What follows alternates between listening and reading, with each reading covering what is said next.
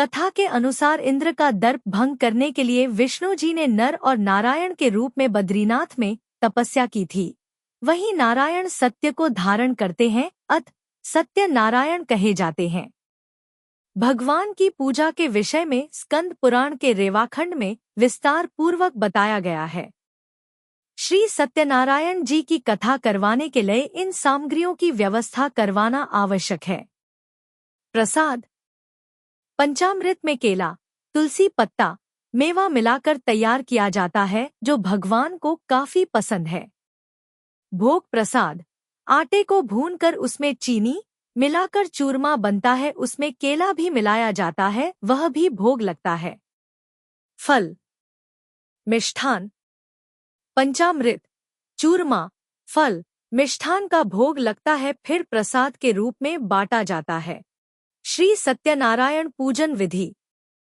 व्रत करने वाला पूर्णिमा व संक्रांति के दिन सायकाल के समय स्नानादि से निवृत्त होकर पूजा स्थान में आसन पर बैठकर श्रद्धापूर्वक श्री गणेश, गौरी, वरुण, विष्णु आदि सब देवताओं का ध्यान करके पूजन करे और संकल्प करे कि मैं सत्यनारायण स्वामी का पूजन तथा कथाश्रवण सदैव करूंगा।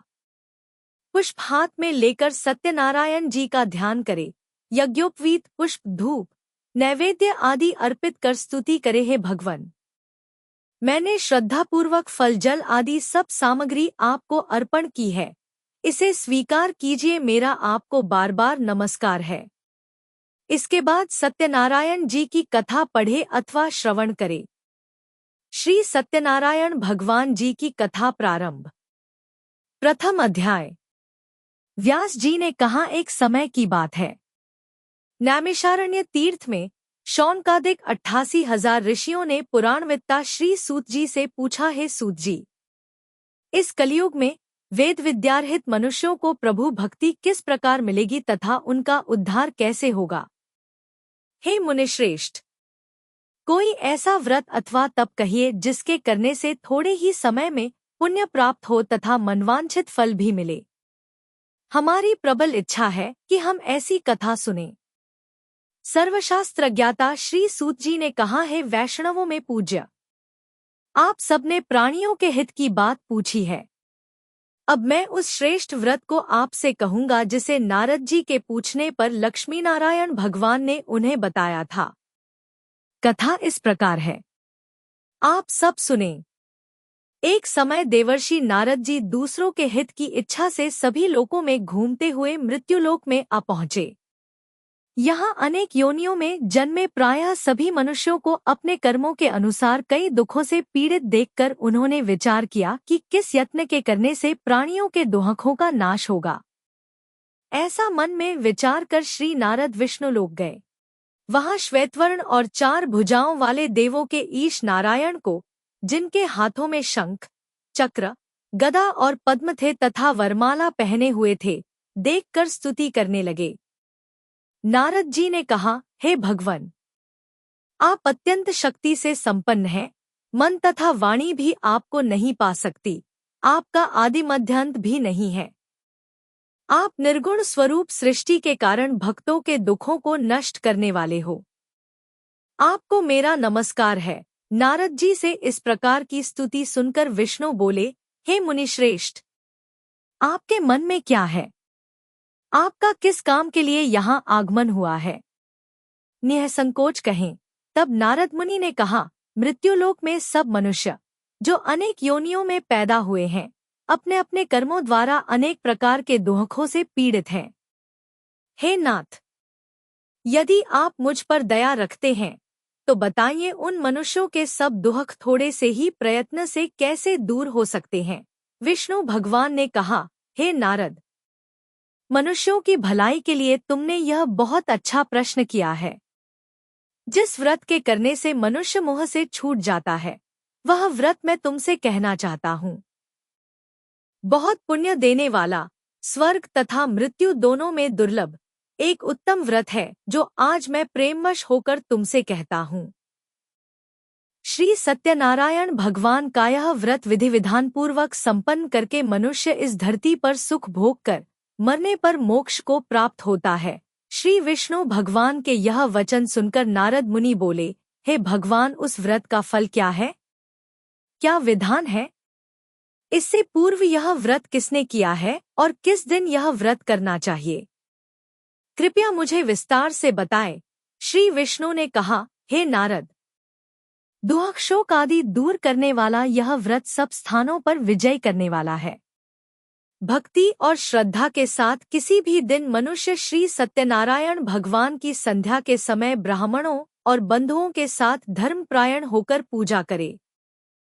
भक्तिभाव से नैवेद्य, केले का फल, शहद, घी, शक्कर अथवा गुड़, दूध और गेहूं का आटा सवाया ले। गेहूं के अभाव में साठी का चूर्ण भी ले सकते हैं। इन सबको भक्तिभाव से भगवान को अर्पण करें। बंधु बांधवों सहित ब्राह्मणों को भोजन कराएं। इसके पश्चात स्वयं भोजन करें। रात्रि में नृत्य गीत आदि का आयोजन कर श्री सत्यनारायण भगवान का स्मरण करता हुए समय व्यतीत करें। कलिकाल में मृत्युलोक में यही एक लघु उपाय है, जिससे अल्प समय और अल्प धन में महान पुण्य प्राप्त हो सकता है। द्वितीय अध्याय। सूत जी ने कहा, हे ऋषियों, जिन्होंने पहले समय में इस व्रत को किया है उनका इतिहास कहता हूँ, आप सब ध्यान से सुने। सुंदर काशीपुरी नगरी में एक अत्यंत निर्धन ब्राह्मण रहता था। वह ब्राह्मण भूख और प्यास से बेचैन होकर पृथ्वी पर घूमता रहता था। ब्राह्मणों से प्रेम करने वाले श्री विष्णु भगवान ने ब्राह्मण को देखकर एक दिन बूढ़े ब्राह्मण का रूप धारण कर निर्धन ब्राह्मण के पास जाकर आदर के साथ पूछा, हे विप्र, तुम नित्य ही दुखी होकर पृथ्वी पर क्यों घूमते हो? हे श्रेष्ठ ब्राह्मण, यह सब मुझसे कहो, मैं सुनना चाहता हूँ। दरिद्र ब्राह्मण ने कहा, मैं निर्धन ब्राह्मण हूँ, भिक्षा के लिए पृथ्वी पर फिरता हूँ। हे भगवान, यदि आप इससे छुटकारा पाने का कोई उपाय जानते हो तो कृपा कर मुझे बताएं।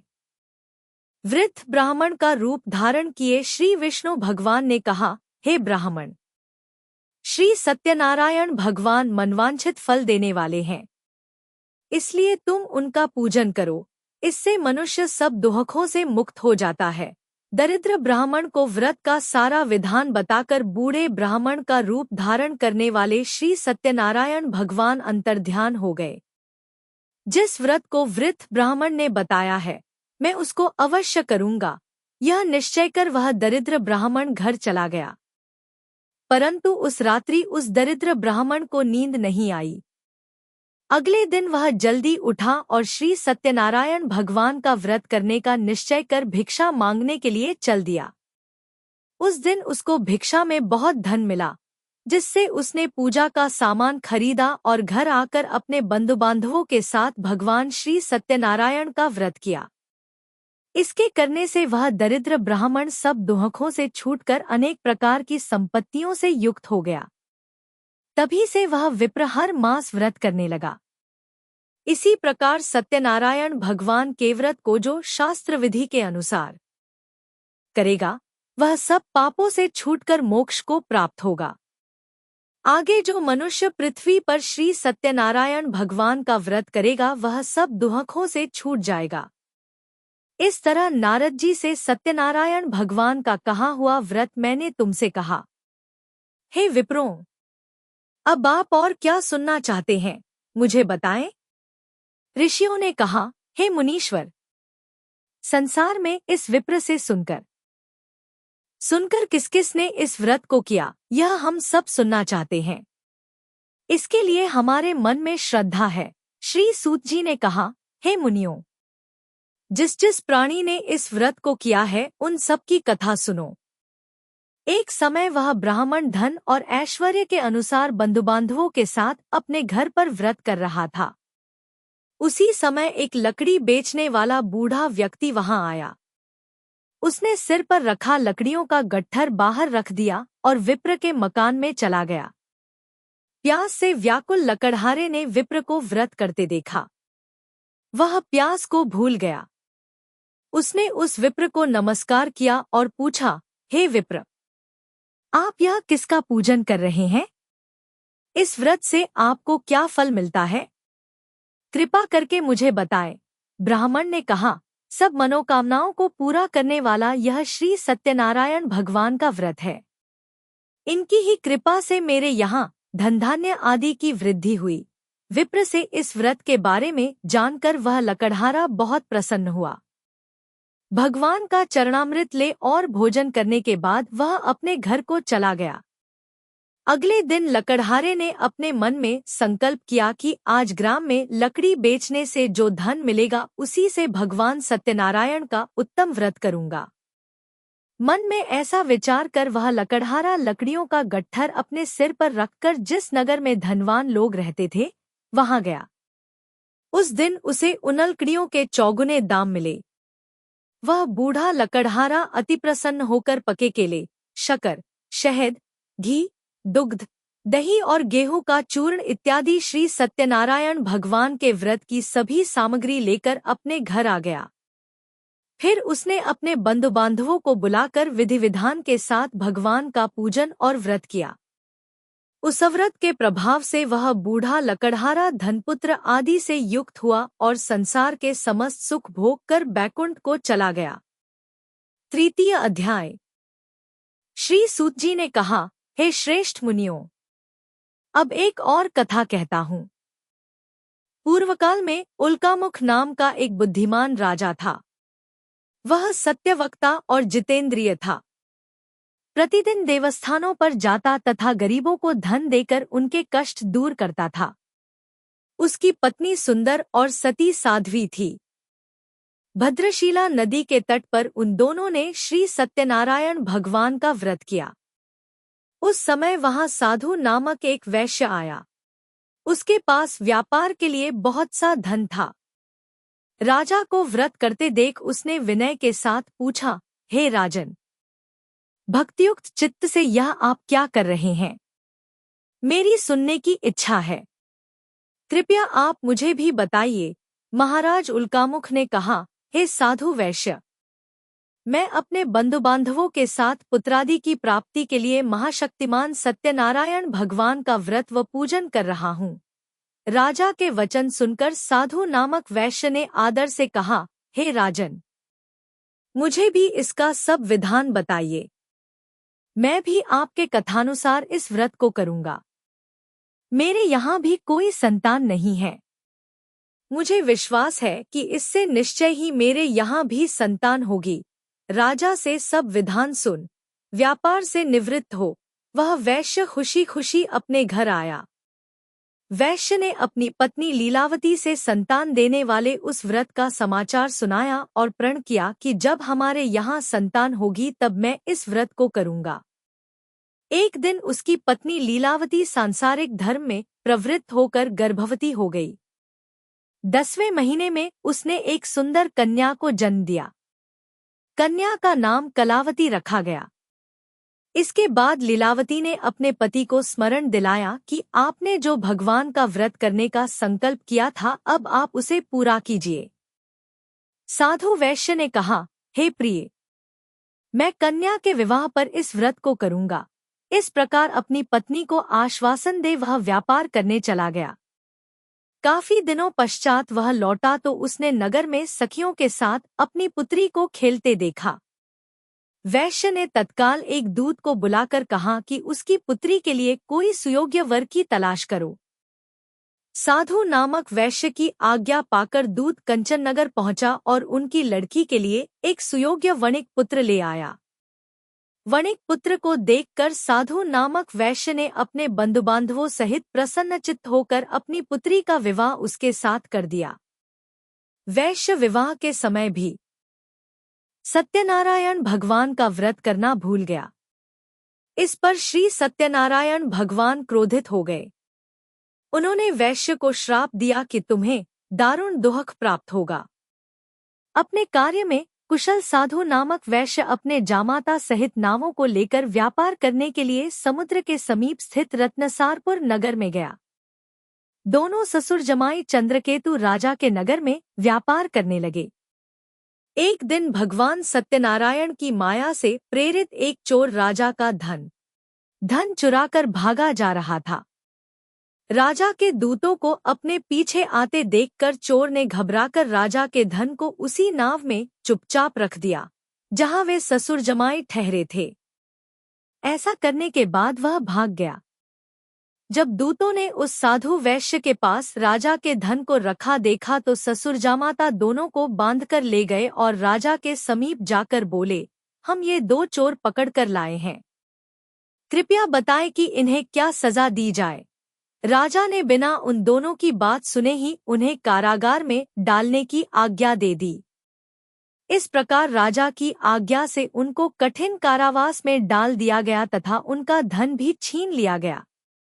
सत्यनारायण भगवान के श्राप के कारण साधु वैश्य की पत्नी लीलावती व पुत्री कलावती भी घर पर बहुत दुखी हुई। उनके घरों में रखा धन चोर ले गए। एक दिन शारीरिक व मानसिक पीड़ा तथा भूख प्यास से अति दुखित हो भोजन की चिंता में कलावती एक ब्राह्मण के घर गई। उसने ब्राह्मण को श्री सत्यनारायण भगवान का व्रत करते देखा। उसने कथा सुनी तथा प्रसाद ग्रहण कर रात को घर आई। माता ने कलावती से पूछा, हे पुत्री, तू अब तक कहाँ रही व तेरे मन में क्या है? कलावती बोली, हे माता, मैंने एक ब्राह्मण के घर श्री सत्यनारायण भगवान का व्रत होते देखा है। कलावती के वचन सुनकर लीलावती ने सत्यनारायण भगवान के पूजन की तैयारी की। उसने परिवार और बंधुओं सहित श्री सत्यनारायण भगवान का पूजन व व्रत किया और वर मांगा कि मेरे पति और दामाद शीघ्र ही घर वापस लौट आए। साथ ही भगवान से प्रार्थना की कि हम सबका अपराध क्षमा करो। श्री सत्यनारायण भगवान इस व्रत से संतुष्ट हो गए।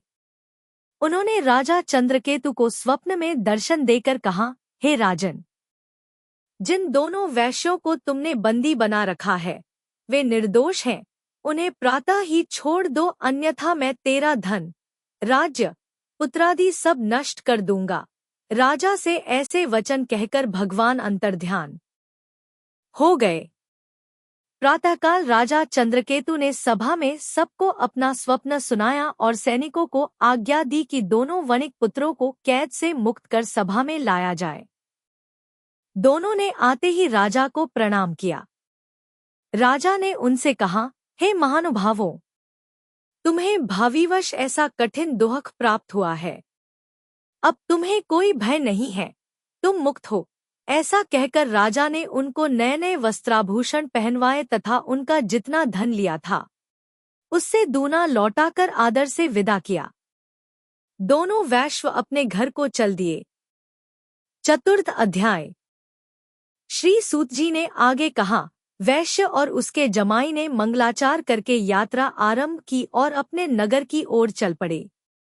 उनके थोड़ी दूर आगे बढ़ने पर दंडी वेशधारी श्री सत्यनारायण भगवान ने उससे पूछा, हे साधु, तेरी नाव में क्या है?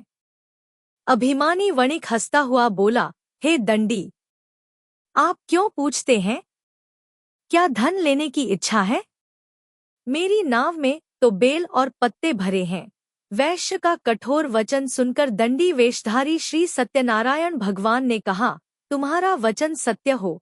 ऐसा कहकर वे वहां से कुछ दूर जाकर समुद्र के किनारे बैठ गए। दंडी महाराज के जाने के पश्चात वैश्य ने नित्यक्रिया से निवृत्त होने के बाद नाव को ऊंची उठी देखकर अचंभा किया तथा नाव में बेलपत्ते आदि देखकर मूर्छित हो जमीन पर गिर पड़ा। मूर्छा खुलने पर अत्यंत शोक प्रकट करने लगा। तब उसके जामाता ने कहा, आप शोक न करें, यह दंडी महाराज का श्राप है। अतः उनकी शरण में ही चलना चाहिए, तभी हमारी मनोकामना पूरी होगी। जामाता के वचन सुनकर वह साधु नामक वैश्य दंडी महाराज के पास पहुंचा और भक्तिभाव से प्रणाम करके बोला, मैंने जो आपसे असत्य वचन कहे थे उसके लिए मुझे क्षमा करें। ऐसा कहकर वैश्य रोने लगा। तब दंडी भगवान बोले, हे वणिक पुत्र, मेरी आज्ञा से तुझे बार बार दुख प्राप्त हुआ है, तू मेरी पूजा से विमुख हुआ है। साधु नामक वैश्य ने कहा, हे भगवन, आपकी माया से ब्रह्मा आदि देवता भी आपके रूप को नहीं जान पाते, तब मैं अज्ञानी भला कैसे जान सकता हूँ? आप प्रसन्न होइए, मैं अपनी सामर्थ्य के अनुसार आपकी पूजा करूंगा। मेरी रक्षा करो और पहले के समान मेरी नौका को धन से पूर्ण कर दो। उसके भक्तियुक्त वचन सुनकर श्री सत्यनारायण भगवान प्रसन्न हो गए और उसकी इच्छानुसार वर देकर अंतर्ध्यान हो गए। तब ससुर व जामाता दोनों ने नाव पर आकर देखा कि नाव धन से परिपूर्ण है। फिर वह भगवान सत्यनारायण का पूजन कर जामाता सहित अपने नगर को चला। जब वह अपने नगर के निकट पहुंचा तब उसने एक दूत को अपने घर भेजा। दूत ने साधु नामक वैश्य के घर जाकर उसकी पत्नी को नमस्कार किया और कहा, आपके पति अपने दामाद सहित इस नगर के समीप आ गए हैं। लीलावती और उसकी कन्या कलावती उस समय भगवान का पूजन कर रही थी। दूत का वचन सुनकर साधु की पत्नी ने बड़े हर्ष के साथ सत्यदेव का पूजन पूर्ण किया और अपनी पुत्री से कहा, मैं अपने पति के दर्शन को जाती हूँ, तू कार्य पूर्ण कर शीघ्र आ जाना। परंतु कलावती पूजन एवं प्रसाद छोड़कर अपने पति के दर्शनों के लिए चली गई। प्रसाद की अवज्ञा के कारण सत्यदेव रुष्ट हो गए, फलस्वरूप उन्होंने उसके पति को नाव सहित पानी में डुबो दिया। कलावती अपने पति को न देख रोती हुई जमीन पर गिर पड़ी। नौका को डूबा हुआ तथा कन्या को रोती हुई देख साधु नामक वैश्य दुखित हो बोला, हे प्रभु, मुझसे या मेरे परिवार से जो भूल हुई है उसे क्षमा करो। उसके दीन वचन सुनकर सत्यदेव भगवान प्रसन्न हो गए। आकाशवाणी हुई, हे वैश्य, तेरी कन्या मेरा प्रसाद छोड़कर आई है, इसलिए इसका पति अदृश्य हुआ है। यदि वह घर जाकर प्रसाद खाकर लौटे तो इसका पति अवश्य मिलेगा। आकाशवाणी सुनकर कलावती ने घर पहुंचकर प्रसाद खाया और फिर आकर अपने पति के दर्शन किए। तत्पश्चात साधु वैश्य ने वहीं बंधु बांधवों सहित सत्यदेव का विधिपूर्वक पूजन किया। वह इस लोक का सुख भोग कर अंत में स्वर्गलोक को गया। पंचम अध्याय। श्री सूत जी ने आगे कहा, हे ऋषियों, मैं एक और भी कथा कहता हूँ, उसे भी सुनो। प्रजापालन में लीन तुंगध्वज नाम का एक राजा था। उसने भगवान सत्यदेव का प्रसाद त्याग कर बहुत दुख पाया। एक समय राजा वन में वन्य पशुओं को मारकर बड़ के वृक्ष के नीचे आया। वहां उसने ग्वालों को भक्ति भाव से बंधु बांधवों सहित श्री सत्यनारायण का पूजन करते देखा, परंतु राजा देखकर भी अभिमानवश न तो वहां गया और न ही सत्यदेव भगवान को नमस्कार ही किया। नगर में पहुंचकर उसने देखा कि उसका सब कुछ नष्ट हो गया है। वह समझ गया कि यह सब भगवान सत्यदेव ने ही किया है। तब वह उसी स्थान पर वापस आया और ग्वालों के समीप गया और विधिपूर्वक पूजन कर प्रसाद खाया तो सत्यनारायण की कृपा से सब कुछ पहले जैसा ही हो गया और दीर्घकाल तक सुख भोग कर मरने पर स्वर्गलोक को चला गया। जो मनुष्य इस परम दुर्लभ व्रत को करेगा, श्री सत्यनारायण भगवान की कृपा से उसे धन धान्य की प्राप्ति होगी। निर्धन धनी और बंदी बंधन से मुक्त होकर निर्भय हो जाता है। संतानहीन को संतान प्राप्त होती है तथा सब मनोरथ पूर्ण होकर अंत में वह बैकुंठ धाम को जाता है। जिन्होंने पहले इस व्रत को किया, अब उनके दूसरे जन्म की कथा भी सुनिए। शतानंद नामक ब्राह्मण ने सुदामा के रूप में जन्म लेकर श्री कृष्ण की भक्ति कर मोक्ष प्राप्त किया। उल्कामुख नाम के महाराज राजा दशरथ बने और श्री रंगनाथ का पूजन कर बैकुंठ को प्राप्त हुए। साधु नाम के वैश्य ने धर्मात्मा व सत्य प्रतिज्ञ राजा मोरध्वज बनकर अपनी देह को आरे से चीरकर दान करके मोक्ष को प्राप्त हुआ। महाराज तुंगध्वज स्वयंभू मनु हुए। उन्होंने बहुत से लोगों को भगवान की भक्ति में लीन कर मोक्ष प्राप्त किया। लकड़हारा भील अगले जन्म में गुह नामक निषाद राजा हुआ, जिसने भगवान राम के चरणों की सेवा कर मोक्ष प्राप्त किया।